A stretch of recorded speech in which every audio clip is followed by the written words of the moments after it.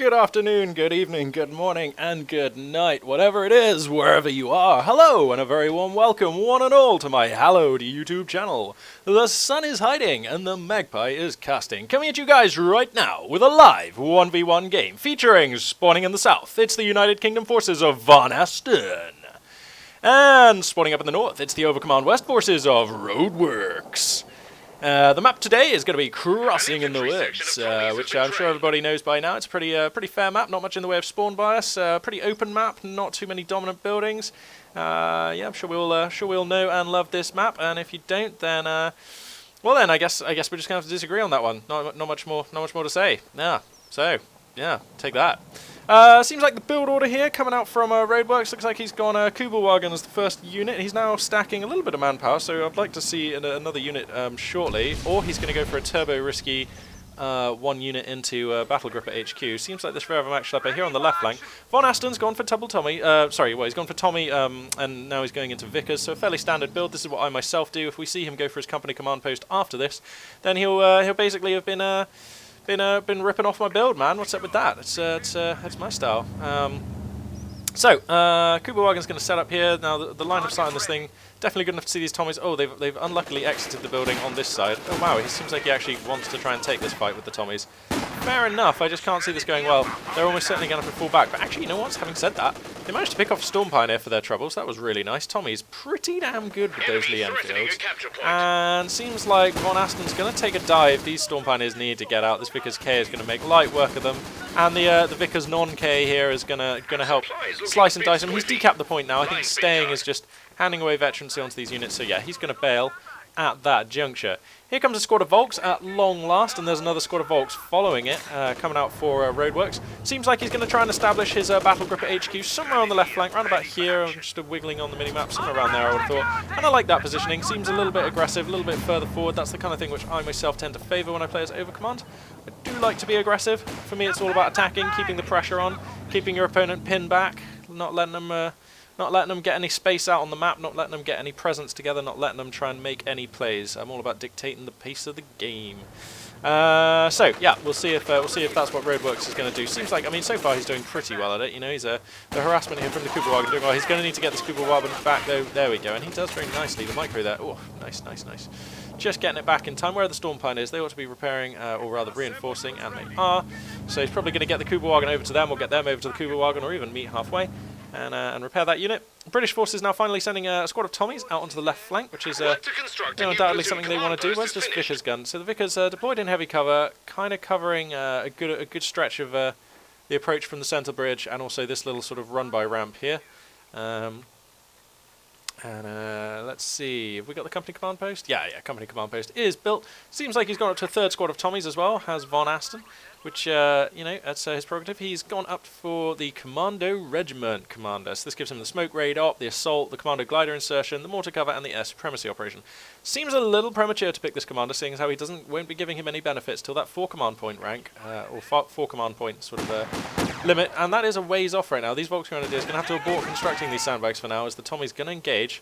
Going to try and initiate a fight here. 2 squads of Volks should beat a squad of Tommies, you'd think, you'd hope, given the amount of manpower present on each side. Where are the Storm Pioneers? They have not decided to repair the Kugelwagen, which is now idle. I don't like this at all. He should probably just drive the Kugel just down here and repair it. I'm sure he's just got his mind on other things right now as Roadworks. And Roadworks hasn't chosen his commander yet, but let's take a look at the options here. So he's got the Breakthrough Doctrine, he's got the Fortification Doctrine and the Scavenge Doctrine. That's good times. Incendiary Grenade going to come out here, force these Tommies back. So he's going to maintain command of the fuel point to the left. And a scuffle here in mid. I reckon these Tommies can actually probably take these Storm Pioneers, actually. Especially if they're clever. But the Storm Pioneers likewise clever. They're going to hide behind this line of sight blocker here, which is actually going to force the Tommies to come all the way around. So buying a little bit of time there, which I like. So let me just crack the tactical map here. So you can see that by holding this fuel point and this point here, this is actually connected. The river here is not a cut-off. So actually, the Overcommand player Roadworks is securing fuel income from this point right now. Crucially enough, he's still down at 15 fuel under the plus 29 of the British player. So that is quite severe. Here comes a SAS sniper. So apparently he's not going to talk to me though. No, okay. Sometimes the units say things if you click on them, even in observe mode. Not today, apparently.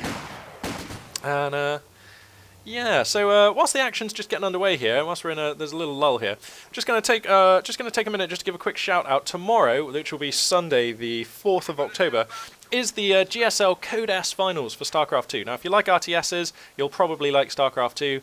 There's a good chance if you're watching this video you already know about StarCraft 2. So GSL CoH2 finals, you can find it on the Twitch channel. I believe it's just Twitch/GSL. And it's going to be a Terran versus Zerg, Björl versus Innovation. Probably going to be some great games. Best of 7, the finals, the most prestigious, I would say. Certainly some of the most skilled and most sought after tournament in StarCraft 2. So yeah, definitely worth a watch. It's going to be starting. It's an early one. If you live in the same sort of section of the world as I do, I'm British. So here at GMT, it's going to be starting at 7 o'clock in the morning. I'm going to be setting my alarm clock, getting up bright and early for some StarCraft 2 Terran vs Zerg brawling. So yeah, like I say, just putting it out there. Anyway. The SAS Sniper's going to come out. He's going to get his 3rd headshot of the game, picking off some Volks Grenadiers right now. I'm sure he'd love to find some expensive Storm Pioneers. Now we've got a Lig and a Rakettenwerfer coming out, so some backfield pieces here. The Battle Group at HQ is right away on the left flank here. Now, I'm always wary of deploying my Battle Group at HQ too far to the left, or indeed too far to either flank. Oh, that Lig just gets a pinpoint round onto the Sniper. That nearly killed him in one. That is... He's very lucky to have survived that, so a lucky break there for VonAsten. Yeah, but the reason I worry about putting it here is I almost always go for the forward fallback point at some point, and by having it all the way over here, it's not really saving you any time, and certainly if you're fighting on the far side of the map, it's actually a much longer retreat, so it can lead to a little bit of liability for you, and you never want to put liability on yourself. Lig's probably just wasting shells now. He wants to stop firing, although maybe he doesn't know that. So let's see how much veterancy you get for doing that much damage to a sniper. Wow, you pretty much get a level.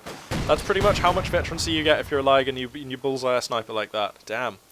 That's pretty good. So yeah, I mean, he got like one other hit on this squad, and now doing some good work. So the SAS Sniper, this is his friend. There's another sniper out on the field.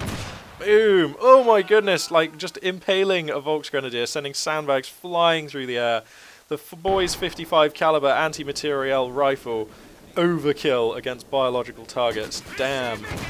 And this Vickers combined with the sniper doing work in mid. Now the Lig has acquired the sniper. That's going to force him to be a little bit scarce.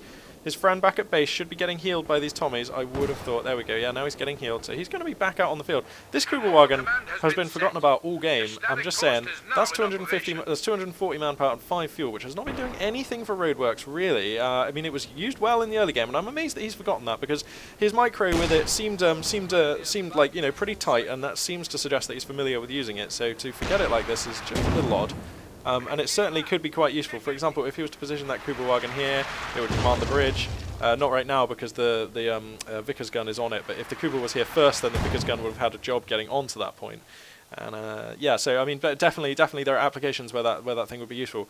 Possibly he's leaving it at the back at the moment. Maybe he remembered it because the SAS snipers will basically give your Kugelwagen a really hard time. Wow, these SAS snipers are just nailing these Volks Grenadiers down. A double fallback, I think that was probably an accident. He probably accidentally box selected too far like that and got both squads.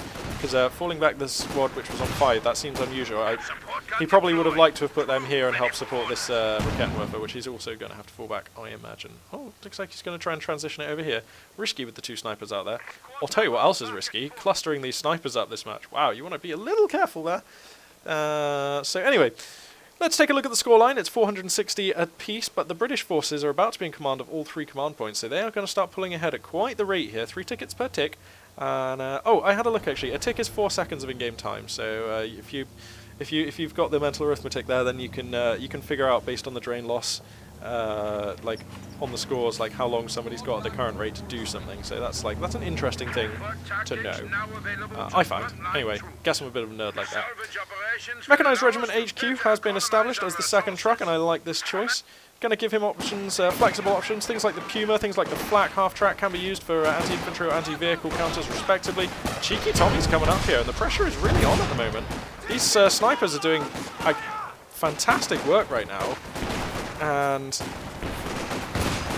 Roadworks is kind of up against the ropes here. He stands to lose these Storm Pioneers if the snipers just pick him off. 1.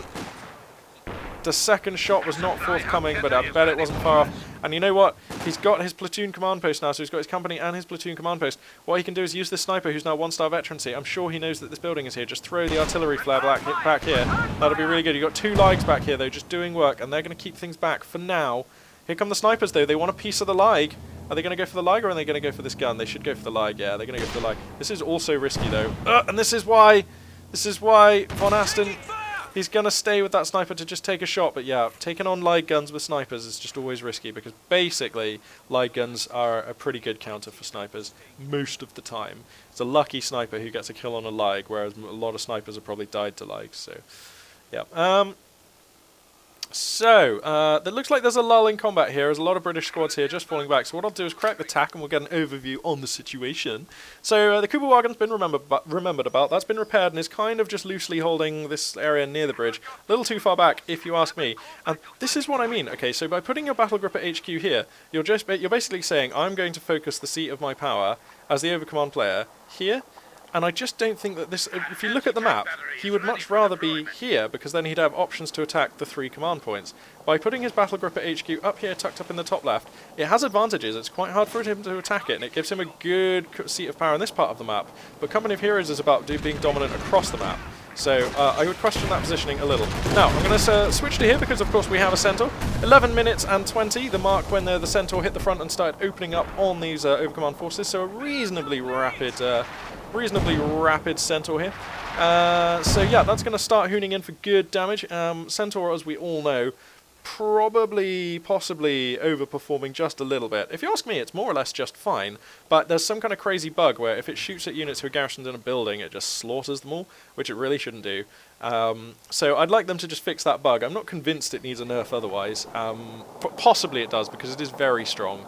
Little bit dominating, but you know, I'm not actually convinced that's a problem.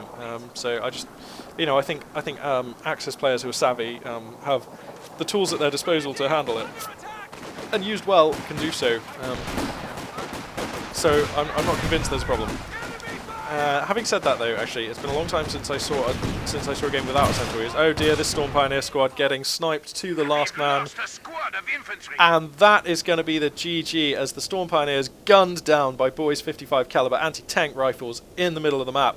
And on the left, the Centaur is pushing the pocket, sledgehammering up this angle. Tommies have broken the main overcommand resistance here. Basically what's going to happen if Roadworks didn't leave the game there, this Centaur's just going to come in, it's going to kill a Kuba-Wagen, 2 Ligs, it's going to get the Rakettenwerfer, it's probably going to get this building, but you know what, staying to kill the building is a little bit superfluous because it could just drive into the base and kill the rest of the dudes here.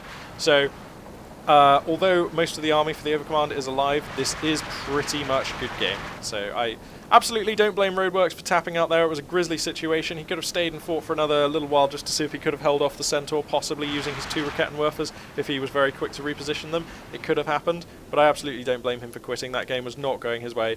And I would say, actually, the key thing for his downfall was this battle group at HQ truck being in a place which basically, I mean, you can see it's forced his entire army to be concentrated around here, because this is where he's strongest now, owing to this building. But I mean, if we look at the tactical map, it's this area of the map is just not that valuable, and it's also quite easy for the British player to just take the rest of the map, and then the onus is really on you to try and do something. And when your battle group or HQ is here, you're not in the best position to strike at the rest of the map. So it's a tall order. So feedback for overcommand players out there, I would say don't position your battle group at HQ here. If you do want to have a strong position on the left flank, and believe me, I've played this map often enough, if you can get your battle group at HQ here, then that also allows you to strike at the mid and strike at this area of the map, sort of right-hand side, but it also gives you very, very rapid access to this area of the map. So if you asked me, positioning here would have been stronger. Imagine if these Ligs here were here instead, there'd be almost no functional difference, but they'd also be covering the bridge and areas of this map, or areas down here, sorry.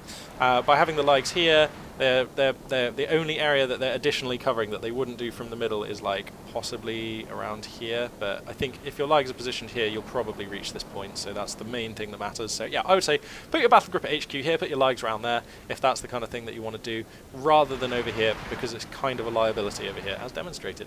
So thank you very much for watching, love you guys, one and all, and yeah, this is Magpie 842 signing out.